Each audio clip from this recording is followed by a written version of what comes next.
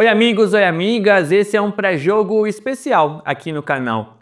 Eu vou trazer as informações básicas, como vocês se acostumaram, da partida contra o Fluminense neste domingo na Vila Belmiro, mas eu quero falar principalmente do Vojvoda, traçar um perfil, dizer o que a gente pode esperar dele em vários âmbitos, obviamente no âmbito técnico, tático, mas também no âmbito humano, de gestão de pessoas, ouvir histórias sobre o Vojvoda. Então eu conversei com pessoas do departamento de futebol do Fortaleza, da análise de desempenho, da parte administrativa, gente da imprensa que cobriu esses anos vitoriosos do Vojvoda no Fortaleza. E aqui é curioso dizer como mesmo no momento muito ruim do Fortaleza, que está na zona do rebaixamento, as pessoas fizeram questão de ajudar. Se não foram autorizadas a falar abertamente, a colocar o rosto, mandaram uma mensagem, não coloca meu nome, mas fala isso aqui porque o Vojvoda merece. Ele é um cara muito querido e eu tive essa percepção ao falar com vários funcionários do Fortaleza de diferentes escalões,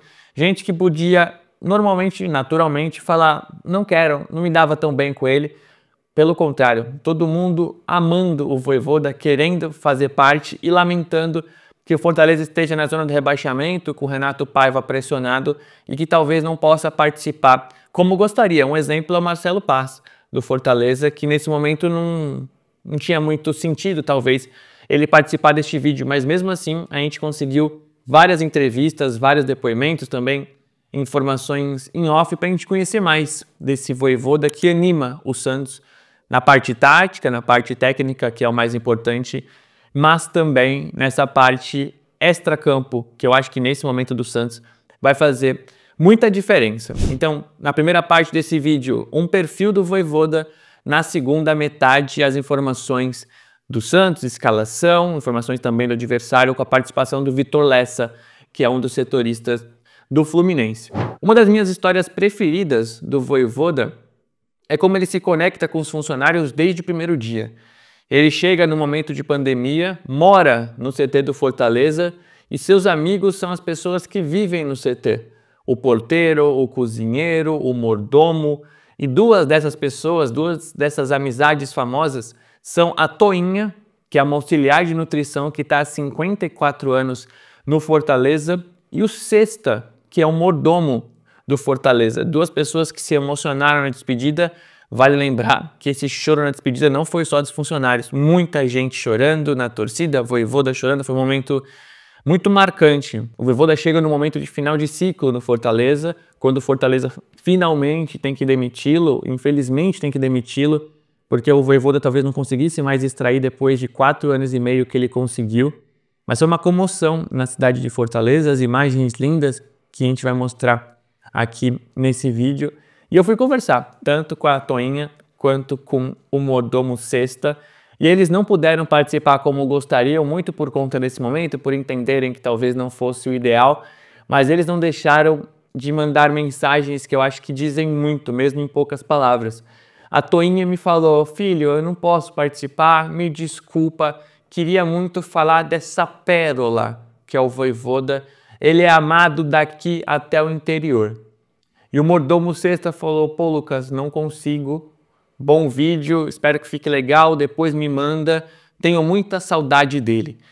Então o Vojvoda marcou o Fortaleza por ser um Fortaleza vitorioso, que vai para a Libertadores, que conquista a Copa do Nordeste, que conquista estadual, mas marcou o dia a dia do Fortaleza. Vai ser muito difícil que alguém se conecte assim com o clube como o Vojvoda fez, e o que se espera é que aqui no Santos ele também consiga isso. Numa cidade que todo mundo gosta, uma cidade que é grande, mas pequena ao mesmo tempo. Quem é de Santos sabe bem do que eu estou falando.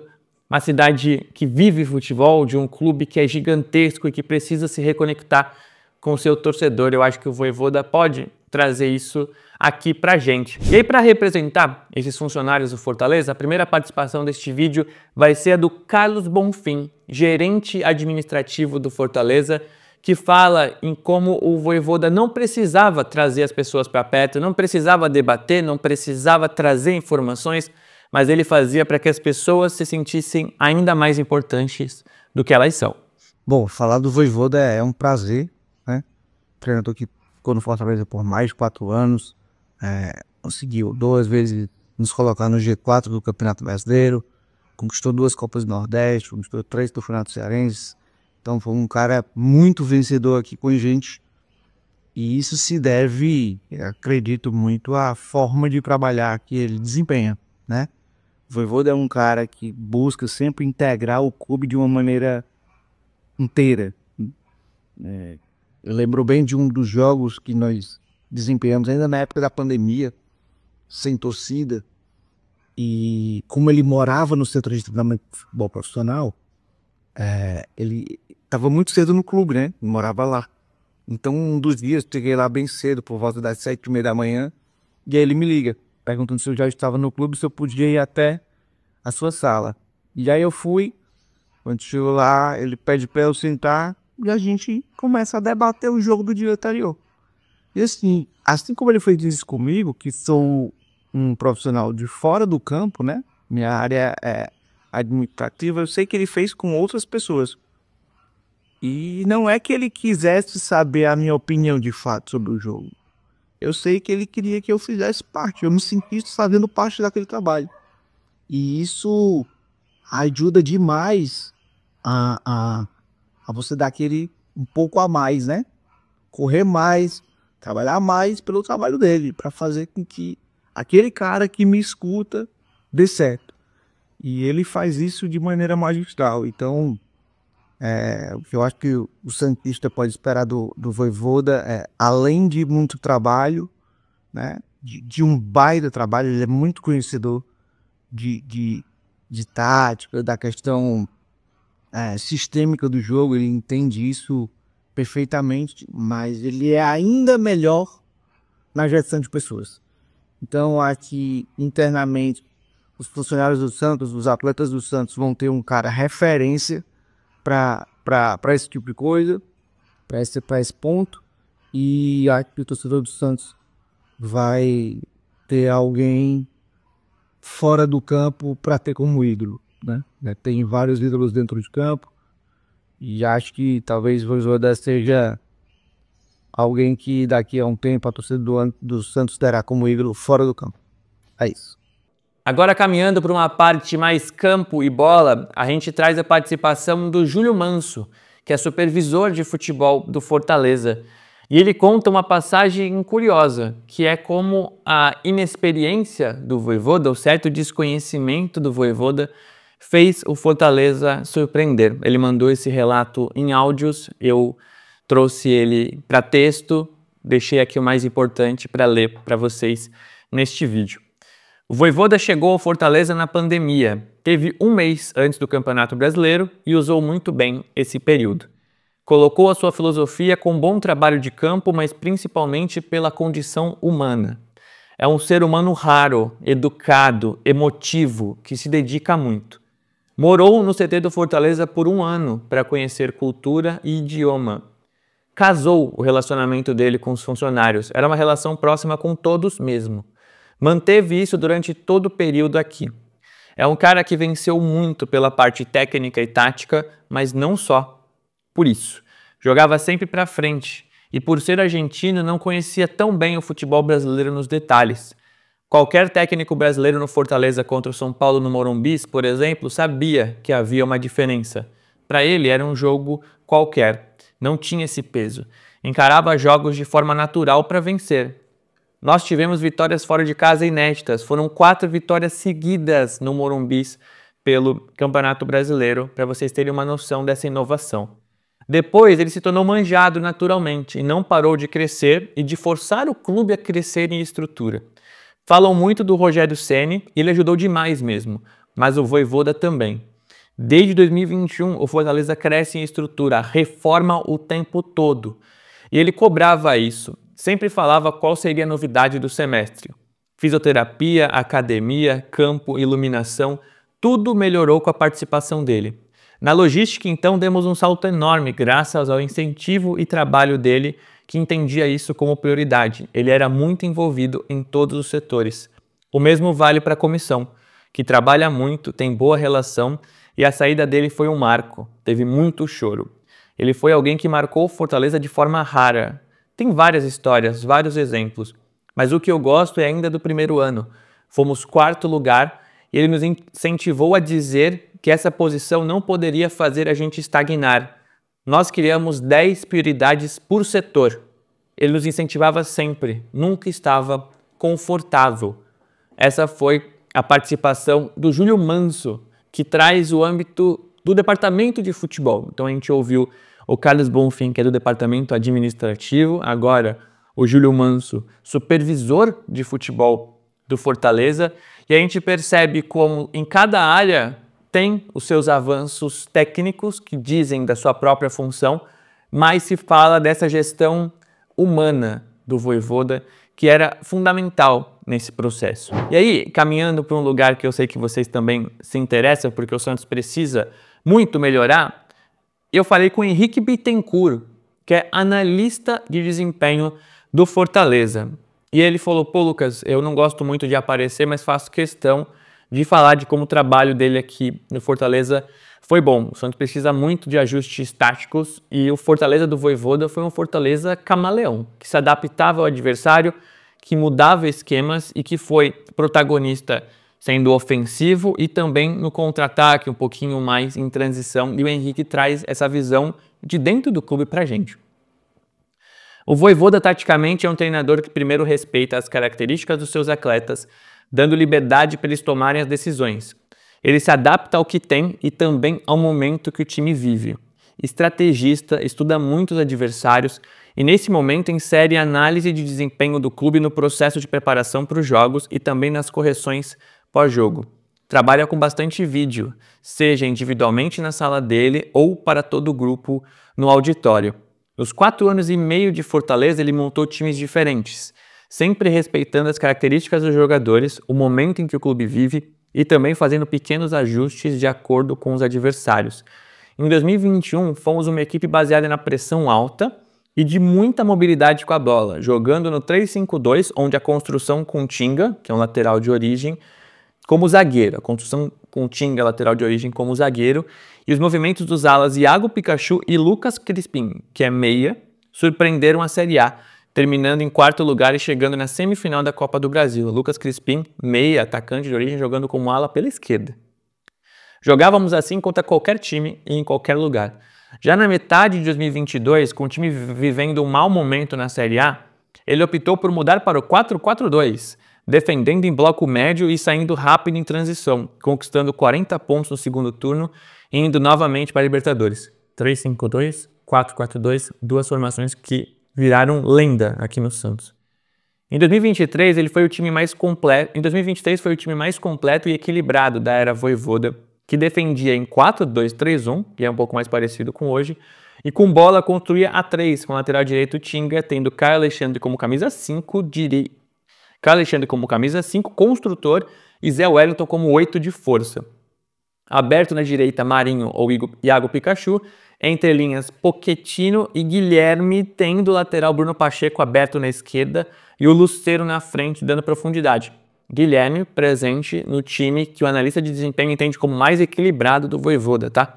Até por isso o Guilherme foi mantido. O Vojvoda fez tanta força para que ele ficasse. Assim chegamos na final da Sul-Americana. Já em 2024, era uma equipe que, com a perda do Caio, que era o grande construtor, passou a jogar em bloco médio e sempre com muita rapidez, força do Hércules no meio-campo e eficiente nas transições com Marinho, Breno Lopes e Moisés, chegando a liderar o campeonato, conquistando de novo o 4º lugar, com 68 pontos, a maior pontuação de um clube fora do G12 na história dos pontos corridos. Então esse é um relato valiosíssimo do Henrique, analista do Fortaleza, assim como do Carlos, assim como do Júlio. Então, novamente, são diferentes departamentos, diferentes visões, mas esse lado estrategista, de variação tática, deixa a gente animado. O Santos joga basicamente no 4-3-3, troca só características. Então, o Fortaleza teve o 3-5-2, o 4-4-2, o 4-2-3-1, um time de transição, um time de posse. Então, a gente fica animado para ver qual será o Santos do Vojvoda. Claro que não agora contra o Fluminense, porque teve apenas uma semana, mas já contra o Galo, depois de uma semana FIFA, 2 semanas de trabalho, eu já imagino o Santos com a cara do treinador, com a gente podendo se empolgar um pouco mais. O momento é difícil, o Santos precisa pontuar, não dá para arriscar tanto, mas acho que com o Vojvoda a gente vai ver um time que dá para entender o que está fazendo em campo, o que não dava para entender dos últimos trabalhos. Indo para a parte final do perfil do Vojvoda, eu trago agora a participação do Afonso Ribeiro, que cobriu todo esse período do Vojvoda no Fortaleza. Eu pedi indicações falando, cara, o Afonso sabe tudo.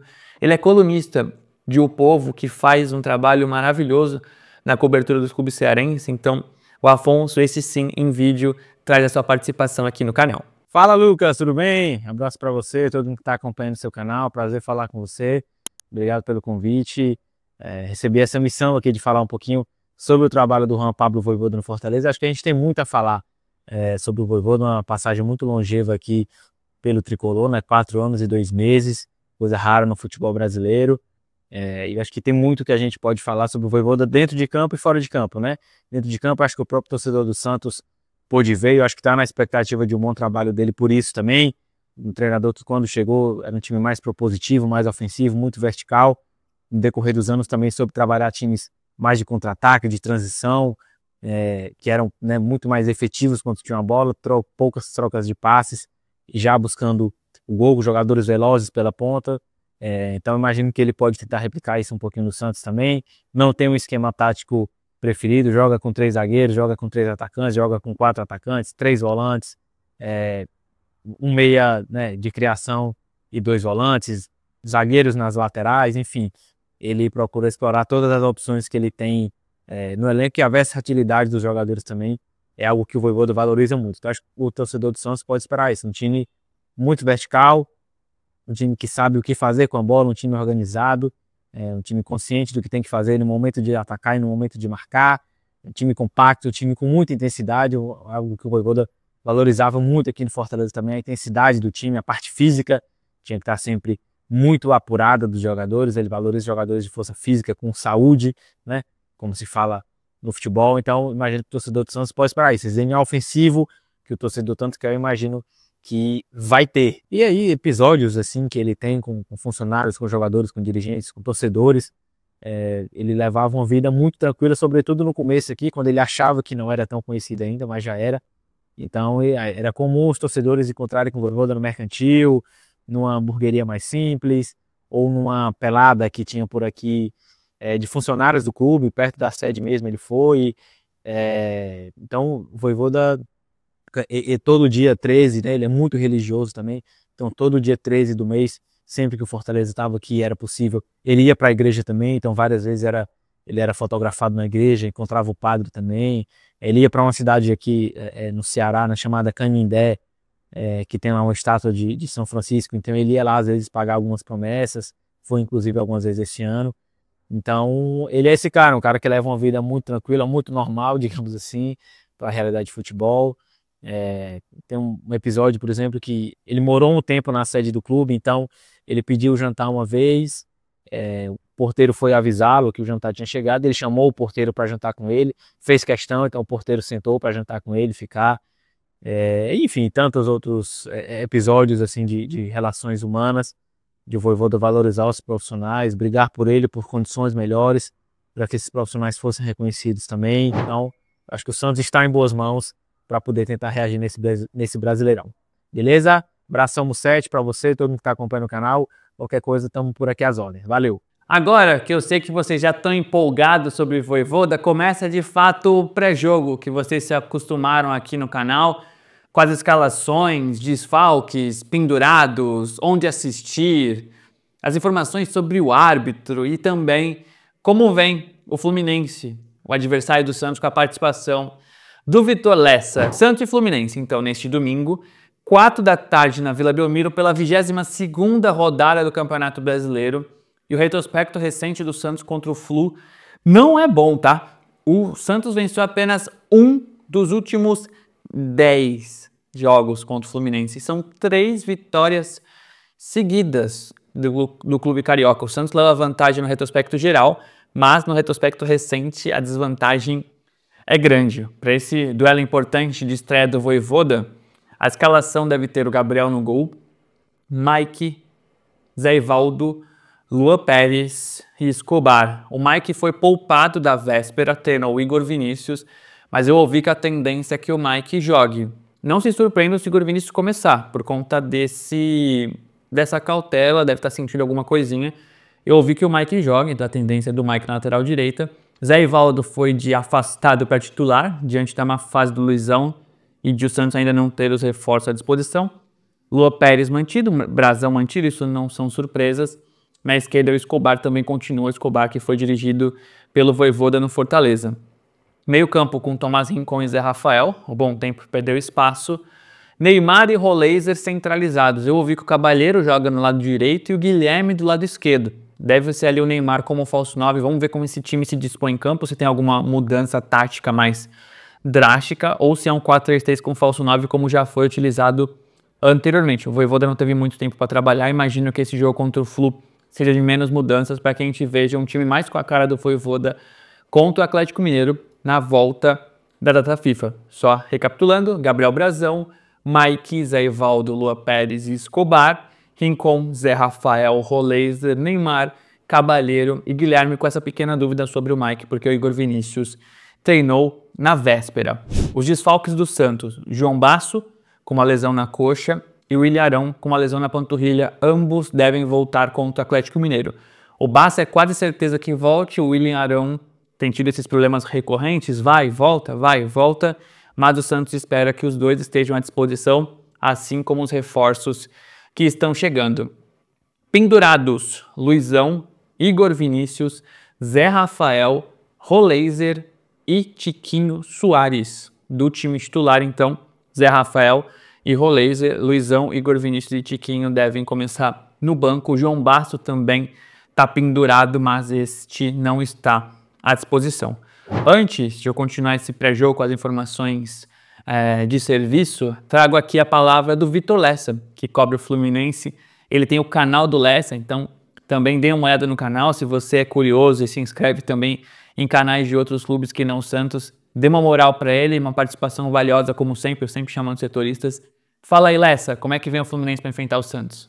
Fala, Mozete, é um prazer falar com vocês aí, com todos do seu canal. Bom, vamos lá, vamos falar desse Fluminense que chega para enfrentar o Santos depois de ter perdido o primeiro jogo das quartas de final da Copa do Brasil, que é, evidentemente, uma das prioridades do Fluminense na temporada, né? As Copas, vem sendo assim, pelo menos. O desempenho no Campeonato Brasileiro nem é ruim, o Fluminense está na primeira parte da tabela, se ganhar um jogo já se aproxima novamente ali do G6, do G4, que é o objetivo na competição, é se manter ali próximo ao bolo, porque se as coisas não caminharem bem nas Copas, não tem como a gente prever até onde o Fluminense chegará, se conseguirá chegar a uma final, porque se isso acontecer, além do título, do valor esportivo, tem também, claro, a questão de voltar à Libertadores, né, que também é uma grande prioridade esse ano. Bom, vamos lá. Falando sobre esse time para o jogo de amanhã, o jogo contra o Santos na Vila Belmiro, o Fluminense permaneceu em Salvador depois de ter enfrentado o Bahia na última quinta-feira e está chegando hoje a Santos, né? Preferiu treinar em Salvador e depois já partir direto para Santos. Um desfalque é certo, o lateral direito Samuel Xavier passou por exames médicos, foi constatada uma lesão grau 2 na coxa direita. Essa informação foi confirmada hoje pelo Fluminense. Inclusive, ele nem permaneceu em Salvador, voltou aqui para o Rio para já passar pelos exames. Então, está fora. O Samuel Xavier vai ficar fora pelo menos aí um mês, entre 4 e 6 semanas.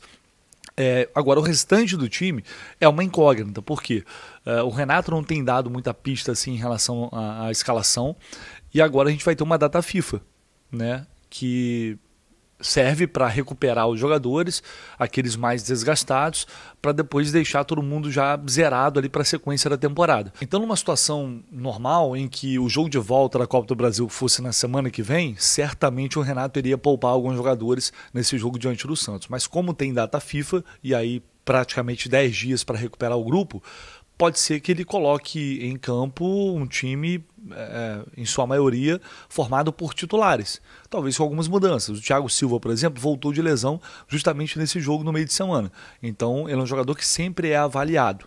Não cravaria que ele vai começar a partir de amanhã. Agora, no mais, pode ser que o Renato também faça mudanças por opção técnica. Ele tem jogado com um tripé de volantes, né, com Nonato, Hércules e Martinelli. Hoje, essa é a formação titular do Fluminense no meio de campo. Mas contra o Bragantino, ele optou por escalar um camisa 10, que no caso é o Acosta. Hoje tem Acosta e Paulo Henrique Ganso. O Lúcio Acosta, argentino, que estava na MLS durante muitos anos, chegou aí com pompas de titular. Então os dois brigam para essa vaga. O Acosta parece nesse momento estar à frente da preferência do Renato. Fez até um bom jogo contra o Bragantino e fez gol. Talvez ele repita a estratégia. Em vez de escalar o tripé de volantes, volta para uma forma, para um 4-3-3 mais clássico ali, tendo o camisa 10 e aí Hércules e Martinelli como volantes. No ataque, eu diria que pode ser que Cano tenha uma oportunidade. Ele vem revezando Cano e Everaldo nas Copas e Campeonato Brasileiro. No Campeonato Brasileiro, o Cano vem sendo titular. Nas Copas, ele tem utilizado o Everaldo, que é um jogador que vem sendo também muito criticado pela torcida do Fluminense. Pelos lados, o Soteldo tem entrado constantemente, ele briga ali por uma posição no time, mas ele não vai poder contar com o Canóbio. Então, o titular pelo lado esquerdo geralmente é o Serna, o Canóbio começa o jogo pela direita. Sem Canóbio, ele tem o Soteldo e o Santi Moreno, que também é outro jogador que chegou da MLS agora, colombiano. Só tem um jogo, ele entrou no segundo tempo da partida contra o Bragantino. Os dois brigam por essa vaga. Diria que é praticamente certo o Soteldo começar enfrentando o Santos. E vale lembrar que o Nonato, por questões contratuais, ele não pode enfrentar o Santos, né? Então também não ficará à disposição para esse jogo. Beleza?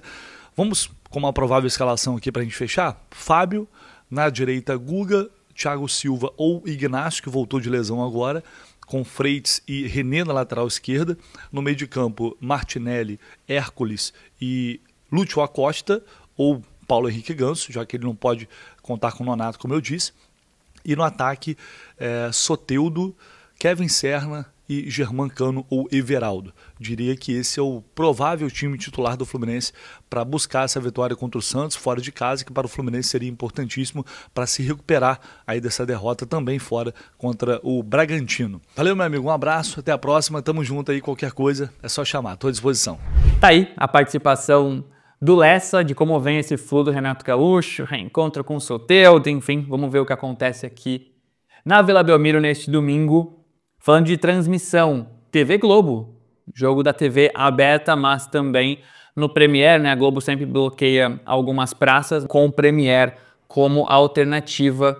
Vamos falar também de arbitragem. O Wilton Pereira Sampaio, auxiliado por Bruno Rafael Pires e pelo Leone Carvalho Rocha, todos do estado de Goiás. O Wilton Pereira Sampaio tem 11 jogos neste Campeonato Brasileiro, com 57 cartões amarelos e apenas um vermelho. E tem uma média de 5 advertências por partida. Então, olho para os pendurados do Santos, né? A maior preocupação ali com o Rolésia, também com o Zé Rafael. Para você que faz uma apostinha, se você faz, aposte com responsabilidade, por favor, mas fica aqui uma informação que talvez seja valiosa. O Wilton Pereira Sampaio apitou a vitória do Santos contra o Cruzeiro, que deu sorte ou não, né? Porque ali o Kleber Xavier acabou mantido, depois veio aquele 6-0.